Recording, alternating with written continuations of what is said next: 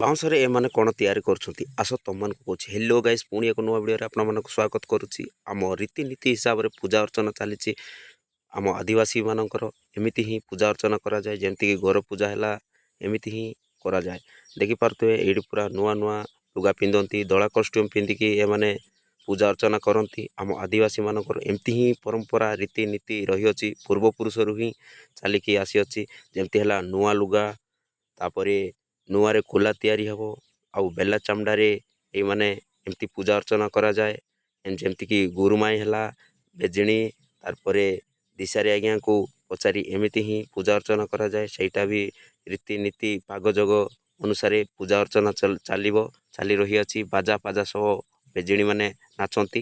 ଏମିତି ହିଁ ପୂଜା ଅର୍ଚ୍ଚନା ଚାଲି ରହିଅଛି, ଯେମିତିକି ପୂର୍ବପୁରୁଷମାନଙ୍କଠୁ ହିଁ ଏହି ରୀତିନୀତି ଚାଲିକି ରହିଅଛି। ଆମ ଆଦିବାସୀମାନଙ୍କର ଏମିତି ହିଁ ପୂଜା ଚାଲି ରହିଅଛି। ଯେହେତୁ ଦେଖିପାରୁଥିବେ ଆଜି ଏମିତି ନାଚନ୍ତି। ଚାଲ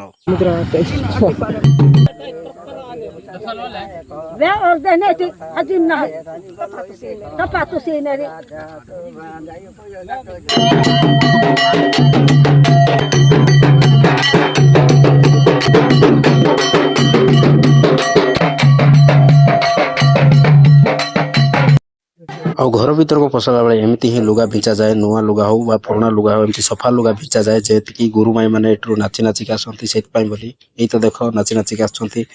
ଏମିତି ହିଁ କରାଯାଏ, ଯେଉଁଥିପାଇଁ କି ତଳେ ମାଡ଼ିବେନି, କାଲି ସେ ଲୁଗା ଉପରୁ ନାଚି ନାଚିକି ଆସନ୍ତି। ଏମିତିଆ ପରମ୍ପରା ଆମ ଆଦିବାସୀ ମାନଙ୍କର ଚାଲିକି ରହିଅଛି ପୂର୍ବପୁରୁଷରୁ।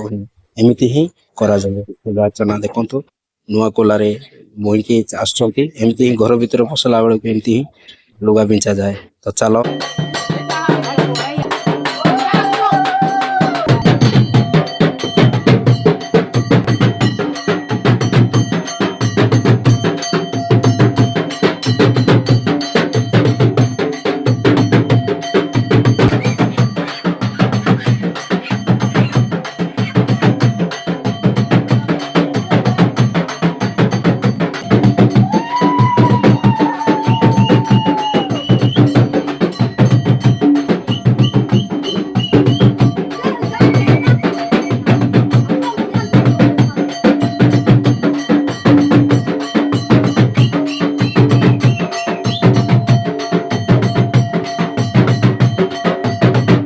ଆଜିର ଭିଡ଼ିଓରେ ଏତିକି। ନେକ୍ସଟ ଭିଡ଼ିଓରେ ତୁମମାନଙ୍କୁ କହୁଛି ଏଇ ପୂଜାରେ କ'ଣ କ'ଣ ସବୁ ହେଲା।